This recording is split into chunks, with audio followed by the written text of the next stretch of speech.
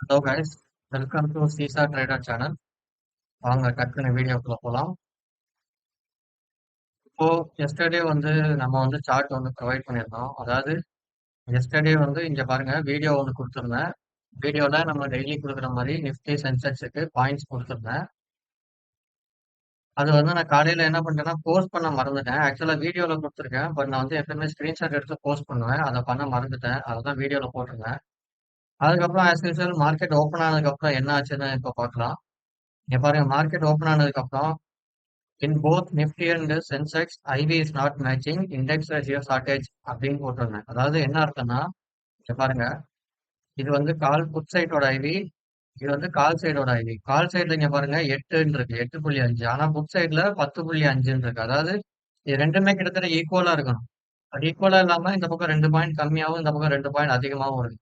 இப்படி இருந்தா என்ன ஆகும்னா, இந்த ஆப்ஷனோட கால்குலேஷன் இருக்குல்ல, இந்த எல்டிபி பிரைஸ் இங்க இருக்க வேண்டிய பிரைஸ், இங்க ஒரிஜினல் பிரைஸ் இங்க இருக்காது. இங்கேயுமே எல்டிபி வந்து புட் சைட்ல இருக்கிற ஒரிஜினல் பிரைஸ் இருக்காது. அதாவது இங்க எக்ஸ்ட்ரா இருக்கிற பிரைஸ், கால்ல எக்ஸ்ட்ரா இருக்கிற பிரைஸ் வந்து புட்ல போடுவாங்க. புட் சைட்ல எக்ஸ்ட்ரா இருக்கிற பிரைஸ் வந்து கால் சைட்ல போடுவாங்க.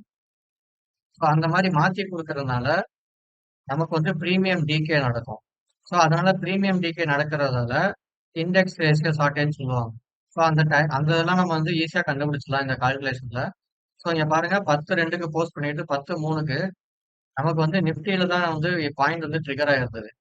அதாவது ஆப்ஷன் ரேஷியோ கால்குலேஷன் படி இங்க பாருங்க 3வது பாயிண்ட்ல இருந்து கீழே இறங்கிட்டு இருக்கு. இந்த பக்கம் புட் சைட்ல ஃபர்ஸ்ட் பாயிண்ட்ல இருந்து மேல போகுது. ஸோ சீசா மாதிரி கரெக்டா ஒர்க் ஆகுதா? இங்க மேல இருந்து கீழே இறங்குது, இங்க கீழே இருந்து மேல போகுது. ஸோ கரெக்டா இங்க வந்தனால நிப்டி வந்து புட் சைட்ல என்ட்ரி ஆயிருக்குன்னு சொல்லியிருந்தேன். சரிங்களா? இப்ப இங்க பாருங்க சார்ட்ல பார்க்கலாம். ஸோ இதான் சார்ட். இங்க பாருங்க ஓப்பன் ஆனதும் தேர்ட் பாயிண்ட்ல இருந்து ஓப்பன் ஆச்சு. இந்த பக்கம் புட் சைட்ல ஃபர்ஸ்ட் பாயிண்ட்ல இருந்து ஓப்பன் ஆச்சு. ஸோ இங்க நான் முன்னாடியே கொடுத்துட்டேன் 10 மணிக்கு.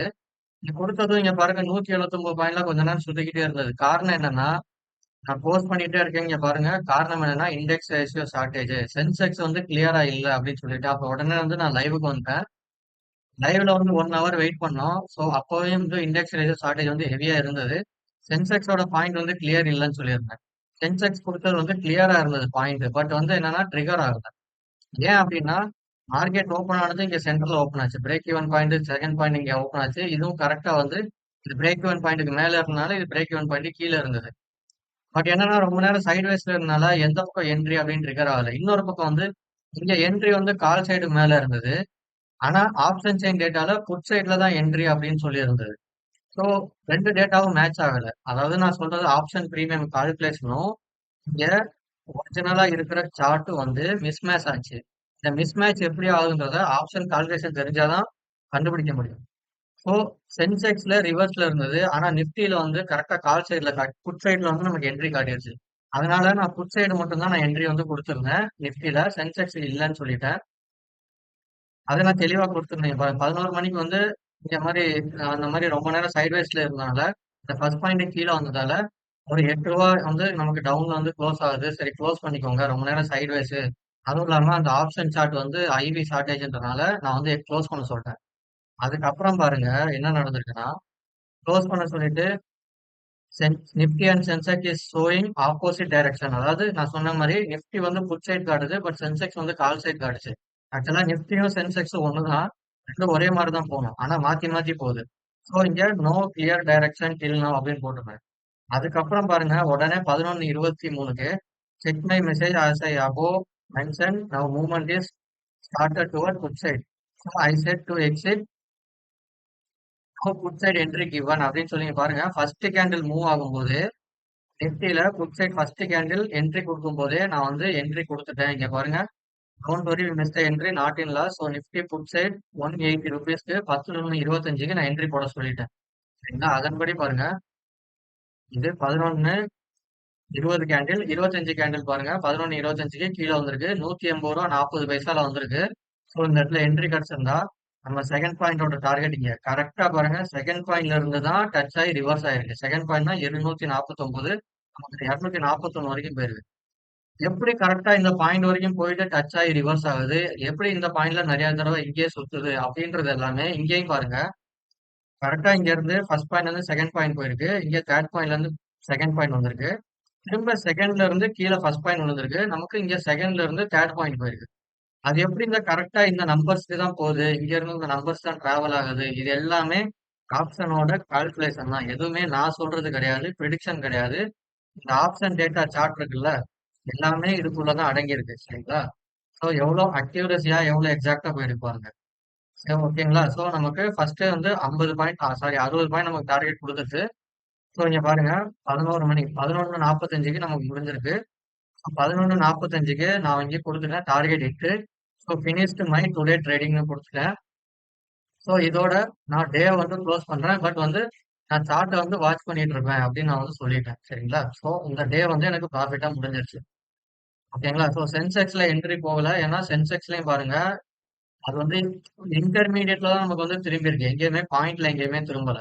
அதனால இன்னைக்கு சென்செக்ஸ விட்டுட்டேன். நிஃப்டில தான் ஃபோக்கஸ் பண்ணேன். ஸோ நிஃப்டி வந்து அச்சீவ் ஆயிடுச்சு. இப்போ சென்செக்ஸை நேற்று சார்ட் வந்து சென்செக்ஸ் க்ளோஸ் பண்றேன். நிஃப்டி க்ளோஸ் பண்றேன். இப்பயுமே பாருங்க, இப்ப அது வந்து 3:30 மணிக்கு முடிஞ்ச ஆப்ஷன் செயின் டேட்டா. இப்பயுமே பாருங்க, இங்க பாருங்க. ஐபி வந்து இந்த பக்கம் 7 இருக்கு. இந்த பக்கம் 10 இருக்கு. அப்ப இண்டெக்ஸ் ரேஷியோ ஷார்டேஜ் இருக்கு. ஸோ இப்பயுமே இண்டெக்ஸ் ரேஷியோ ஷார்டேஜ். ஸோ மறுபடியும் வந்து புட் சைட்ல தான் மார்க்கெட் போக சொல்லி ஆப்ஷன் டேட்டா சொல்லுது. ஸோ மார்க்கெட் புட் சைட்ல தான் இருக்கு. இதை நான் சொல்லல. ஆப்ஷன் டேட்டா சொல்லுது. மண்டே ஓபன் ஆனதும் மார்க்கெட் இந்த பிரீமியம் எல்லாம் எங்கனாலும் மாறலாம். எதுனாலும் மண்டே மார்க்கெட் ஓபன் ஆனதான் சொல்ல முடியும். ஓகேங்களா? நீங்களா எதுவும் டிசைட் பண்ணிக்காதீங்க. இதுதான் மண்டே மார்க்கெட்டுக்கான ஓப்பனிங் பாயிண்ட்ஸ் இதெல்லாமே. இங்க இண்டெக்ஸ் ரேஷியோ ஷார்டேஜ் என்ன சொல்லுதுன்னா, இங்க பாருங்க. ஃபர்ஸ்ட் பாயிண்ட்டுக்கும் செகண்ட் பாயிண்ட்டுக்கும் 50 பாயிண்ட் வித்தியாசம் இருக்கா? 250 இங்க 200. மறுபடியும் பாருங்க 206ல இருந்து 243. இங்க வந்து 40 பாயிண்ட் வித்தியாசம் இருக்கா? ஆனா இதே புட் சைட்ல பாருங்க. ஃபர்ஸ்ட் பாயிண்ட்டுக்கும் செகண்ட் பாயிண்ட்டுக்கும் 30 பாயிண்ட் தான் வித்தியாசம் இருக்கு. செகண்ட் பாயிண்ட்டும் தேர்ட் பாயிண்ட்டுக்கு பாருங்க 100 பாயிண்ட் வித்தியாசம் இருக்கு.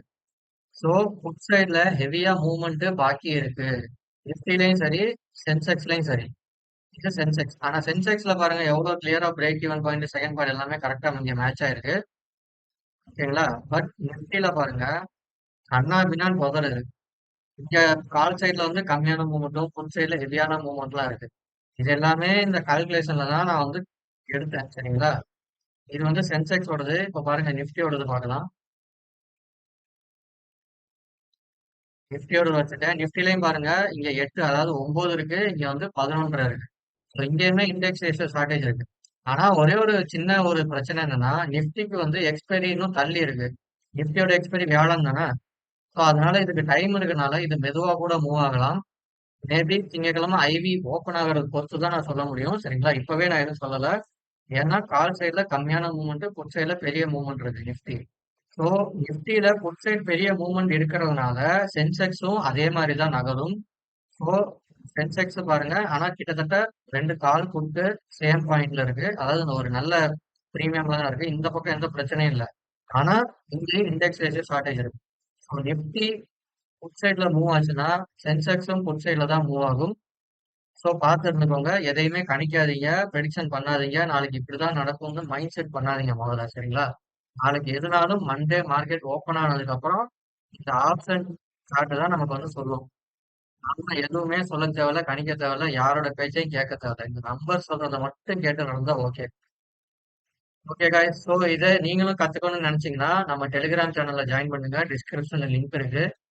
இந்த வீடியோ பார்த்து உங்களுக்கு பிடிச்சிருந்தா நீங்க லைக் பண்ணுங்க, முக்கியமா கமெண்ட் பண்ணுங்க, சப்ஸ்கிரைப் பண்ணுங்க guys. Okay, thank you.